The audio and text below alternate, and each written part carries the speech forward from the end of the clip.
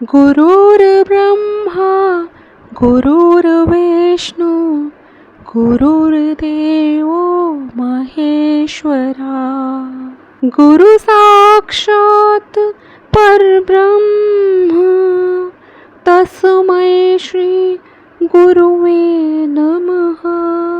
नमस्कार दोस्तों, Radhe Radhe. Welcome back to your YouTube channel हमारी संस्कृति हमारी धरोहर। दोस्तों, जीवन में गुरु का महत्व संस्कृत के श्लोक के माध्यम से बताया गया है। गुरु का स्थान तो तीनों देवों में भी सर्वोपरि है। गुरु ही ब्रह्मा, विष्णु और महेश हैं। वे ही साक्षात परम ब्रह्म हैं। उस गुरु को प्रणाम है। वहीं कबीर दास ने भी गुरु की महत्ता को बताते हुए लिखा है, गुरु गोविंद दो खड़े काके लागू पाए, बलिहारी गुरु आपने गोविंद दियो बताए। पौराणिक कथाओं के अनुसार महर्षि कृष्ण द्वैपायन वेद व्यास जी का जन्म आषाढ़ माह की पूर्णिमा तिथि को हुआ था। इस वजह से इस दिन को व्यास जयंती या व्यास पूर्णिमा के रूप में मनाते हैं। उन्होंने महाकाव्य महाभारत की रचना की थी। गुरु पूर्णिमा के दिन वेद व्यास जी की पूजा करते हैं। माना जाता है कि इसी दिन व्यास जी ने अपने शिष्यों को भागवत पुराण का ज्ञान दिया था, इसलिए इस दिन को व्यास पूर्णिमा के नाम से जाना जाता है। इस दिन सत्यनारायण भगवान की कथा सुनने की मान्यता काफ़ी समय से चली आ रही है। इसे सुनने से आपके कष्ट दूर होते हैं और घर में आर्थिक समृद्धि बढ़ती है।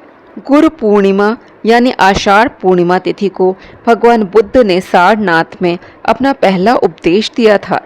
बौद्ध गया में ज्ञान की प्राप्ति के बाद यह पहला अवसर था जब उन्होंने अपने ज्ञान से लोगों को आलोकित किया। इस वजह से गुरु पूर्णिमा का दिन बौद्ध धर्म के लिए भी महत्वपूर्ण है। दोस्तों, आज के इस वीडियो में हम देखेंगे कि गुरु पूर्णिमा के दिन हम अपने गुरु की पूजा किस प्रकार से कर सकते हैं। आपके यदि कोई गुरु नहीं है, आपने अभी तक किसी को गुरु नहीं बनाया है, तो आप कृष्ण जी की पूजा कर सकते हैं, अपने इष्ट देव की पूजा कर सकते हैं, हनुमान जी की पूजा कर सकते हैं। आज के दिन व्यास जी का भी जन्मदिन हुआ था, तो आप व्यास जी की भी पूजा कर सकते हैं। और यदि आपने अपने कोई गुरु बनाए हैं, वो आसपास ही रहते हैं, तो आप अपने गुरु के पास जाकर आप उनकी पूजा कर सकते हैं। गुरु पूर्णिमा के दिन घर पर पूजन करने के लिए आपको स्नान आदि से निवृत्त होकर पूजन स्थल पर गंगा जल छिड़क कर उसे स्वच्छ कर लीजिए, उसे शुद्ध कर लीजिए। फिर वहाँ थोड़ा हल्दी से अथवा गोबर से लीप लीजिए। वहाँ पे आप कोई चौक बना लीजिए अथवा आटे आदि से सतिया बना लीजिए। फिर वहाँ पे एक चौकी रखिए। फिर चौकी के ऊपर आपको पीला वस्त्र बिछाना है। गुरु पूर्णिमा पर पीले रंग का विशेष महत्व है। अब आप अपने गुरु की कोई फोटो ले लीजिए।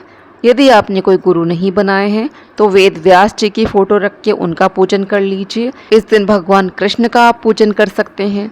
आप हनुमान जी का भी पूजन कर सकते हैं। अपने पूजन के थाली में एक घी का दीपक रखिए, चंदन रखिए, हल्दी, पीला अक्षत, कोई भी मिठाई भोग लगाने के लिए रख लीजिए। हो सके तो 5 तरह के फल रख लीजिए, और यदि नहीं है 5 तरह के फल तो आपके पास जो भी फल उपलब्ध हैं वो रख लीजिए।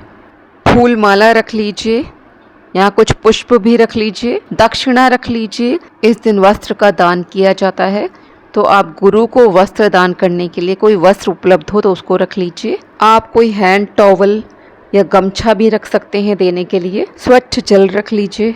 चलिए अब पूजन शुरू करते हैं। चौकी पर आपको थोड़े से अक्षत रखने हैं।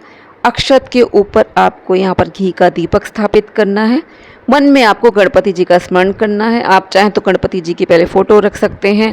मैंने यहाँ मन में ही उनका स्मरण करके उनका पूजन कर लिया है। इसको मानसिक पूजन भी करते हैं। यहाँ फिर मैंने दीपक को प्रज्वलित करा है। अब थोड़े से अक्षत रखकर हमने यहाँ वाल्मीकि जी की फ़ोटो को रख दिया है, क्योंकि हमारे पास और गुरु की कोई फ़ोटो नहीं थी। एक पुष्प पे चंदन लगाकर दीपक का पूजन कर रहे हैं। हमने यहाँ अक्षत भी अर्पित करा है। अब जैसे घर पे कोई मेहमान आता है तो उसके सर्वप्रथम हमें चरण धोने होते हैं। इसी तरह से जब हम व्यास जी का पूजन कर रहे हैं तो 4 बार जल को हम उनके ऊपर से घुमाकर एक यहाँ पर पात्र में डाल रहे हैं। इस जल को आपको ग्रहण करना चाहिए। अब हमने यहाँ पर व्यास जी को वस्त्र अर्पित करे हैं। अब फूलों की माला इनको हम धारण करवा रहे हैं। अब हम यहाँ चंदन लगा रहे हैं। अब हम यहाँ पे नैवेद्य अर्पित कर रहे हैं, फल अर्पित कर रहे हैं। आज के दिन आपको एक पानी वाले नारियल के ऊपर थोड़े से दक्षिणा रखकर अवश्य यहाँ पर चढ़ाना चाहिए, और बाद में आपको किसी अपने गुरु को दे देना चाहिए। यदि आपके गुरु नहीं हैं तो आप मंदिर में भी दे सकते हैं, पंडित जी को दे सकते हैं सारा सामग्री। अब जल का भोग रख दीजिए वहाँ पर। अब धूप दीप दिखाकर यहाँ पर आरती कर लीजिए। तो दोस्तों इस तरह से साधारण विधि से आप गुरु पूर्णिमा के दिन पूजन कर सकते हैं। इस दिन सत्यनारायण भगवान का भी पूजन किया जाता है। इसका वीडियो मेरे चैनल पर दिया हुआ है। सत्यनारायण जी की कथा भी दी हुई है मेरे चैनल पर। सत्यनारायण जी की पूजा विधि और उनकी कथा के वीडियो का लिंक मैं डिस्क्रिप्शन बॉक्स में डाल दूंगी। दोस्तों जब पूजन के बाद ये दीपक ठंडा हो जाता है तो यहाँ पर आपने जो फल चढ़ाए हैं, मिठाई चढ़ाई है, नारियल, दक्षिणा, वस्त्र, ये सब आप अपने गुरु के चरण स्पर्श करके उनको दे दीजिए। गुरु पूर्णिमा के दिन आप गुरु को वस्त्र, पादुका या उनके काम में आने वाली चीजें भेंट कर सकते हैं। सनातन मान्यता के अनुसार माता पिता को मनुष्य का प्रथम गुरु कहा गया है। इसलिए गुरु पूर्णिमा के दिन माता पिता को एक स्थान पर बैठाकर उनकी प्रदक्षिणा यानी परिक्रमा करें और उनके चरण स्पर्श करके उनका आशीर्वाद लें। जो व्यक्ति अपने माता पिता की सेवा कर उनका आशीर्वाद लेते हैं उन पर भगवान विष्णु की सदैव कृपा होती है। अब आप हाथ में पुष्प और अक्षत लेकर अपनी पूजा में हुई गलतियों के लिए क्षमा याचना मांगे।